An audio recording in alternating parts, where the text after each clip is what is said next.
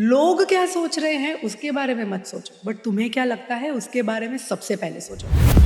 મેં એક કોટ લખ્યો હતો મારા ડાયરીમાં. એમાં મેં એક વાત એવી લખી હતી કે let there be many faces of you and let people wonder why. કારણ કે અત્યારે પણ તમે જોશો ને, લોકો જ્યાં અટવાય છે ને ત્યાં એ અહીંયા જ અટવાય છે. લોગ ક્યાં કહેંગે.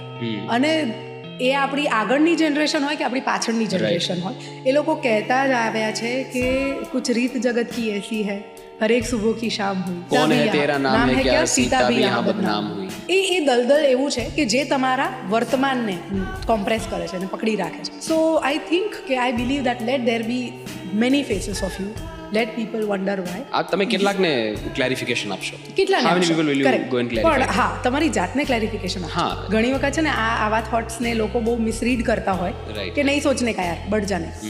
लोग क्या सोच रहे हैं उसके बारे में मत सोचो, बट तुम्हें क्या लगता है उसके बारे में सबसे पहले सोचो.